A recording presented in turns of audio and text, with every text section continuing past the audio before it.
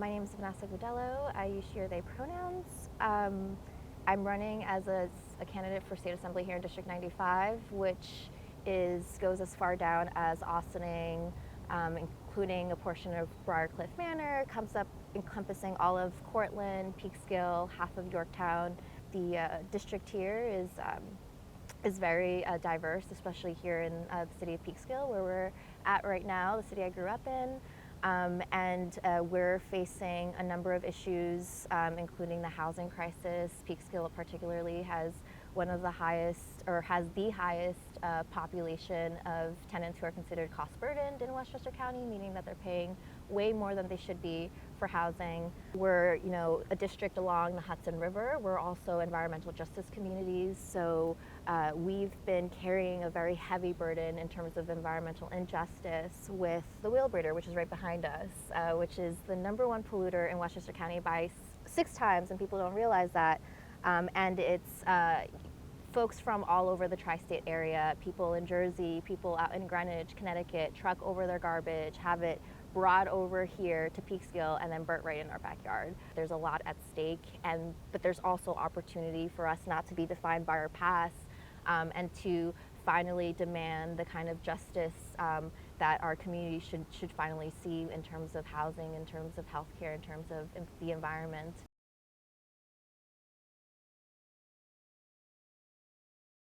People are really feeling the heat of all these crises, the economic crisis. We're seeing, that regardless of how much people are suffering, there's still so much wealth being made and accrued by the ultra wealthy class in the state of New York.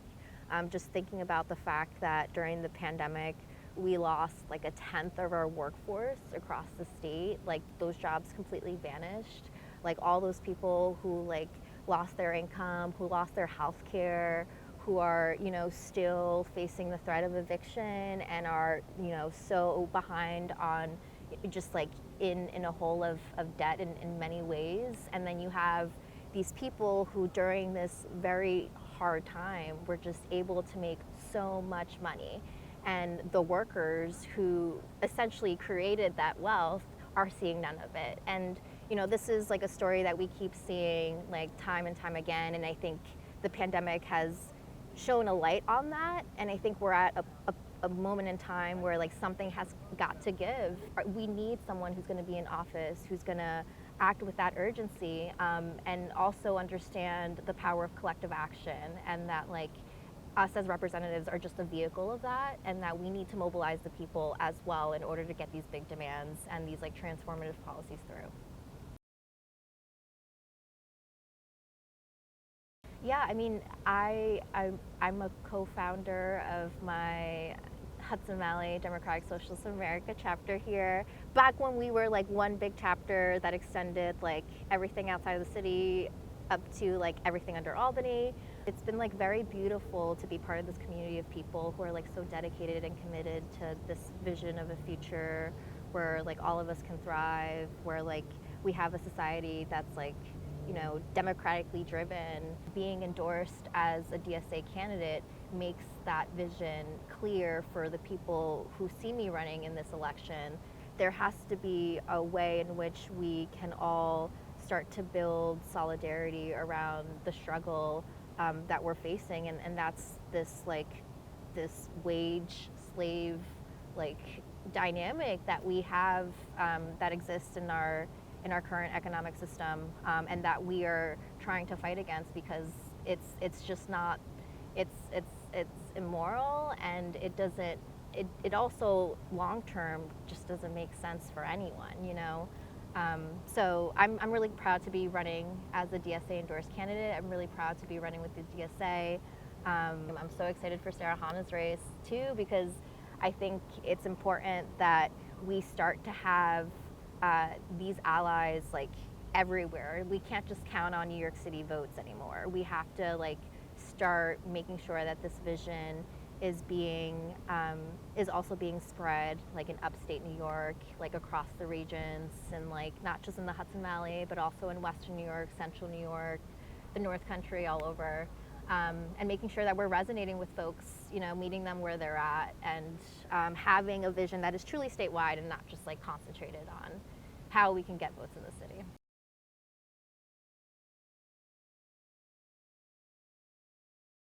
Our chapter here in the Lower Hudson Valley got really involved with the Tax the Rich campaign, which was a huge success. When you're mobilizing folks who are in Westchester County, telling their legislators that they want to tax the rich, that they want to see like funding going into their communities, into education, into healthcare, into like bold action on climate change, then the tides start to change because legislators start to feel like they have to deliver. And I think that that's a role that Lower Hudson Valley really played in this fight, in this bigger fight, is making sure that we were putting pressure on our electeds in this region so that this like demand to tax the rich was really echoing across the state. That just demonstrates the power that we're building here in the Lower Hudson Valley.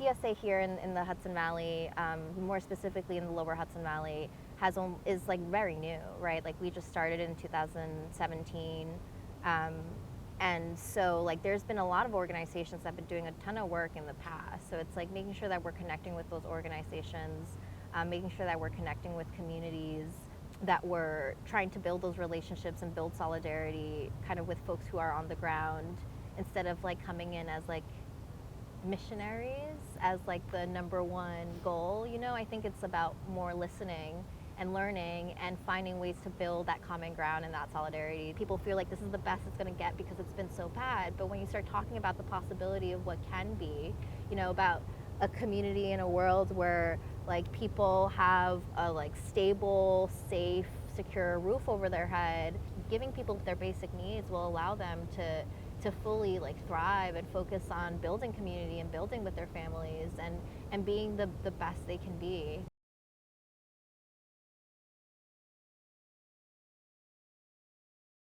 Really, it was like our grassroots like volunteer force that like came out in full force and like just like completely like it did amazing, collecting like over 1,700 signatures, and we blew out almost all of our opponents through the roof in terms of collecting those signatures. And I think it really like it made people realize how serious we are about this campaign, how serious we are about winning, how serious we are about like spreading the message about this like new future that we could be building towards, instead of just like fighting for scraps. And people are like yearning for it. People are excited about it, and that gets like volunteers excited, and that gets me excited. And I think that like the more we're on doors, the more we're hearing like really great feedback, the more energy I think we're like feeding off of each other. And I think that that's what's going to get us through this race.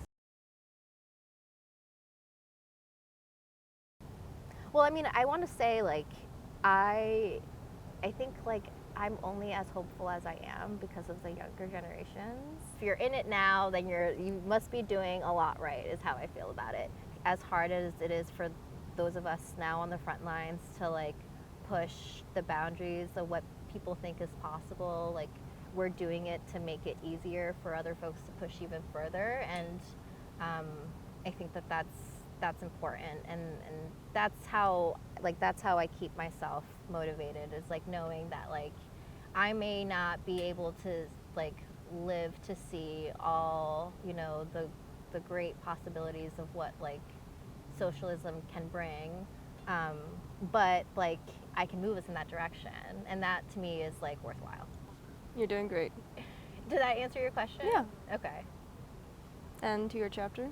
Oh, to my chapter, to my local chapter, what do I want to say to them? Oh man, I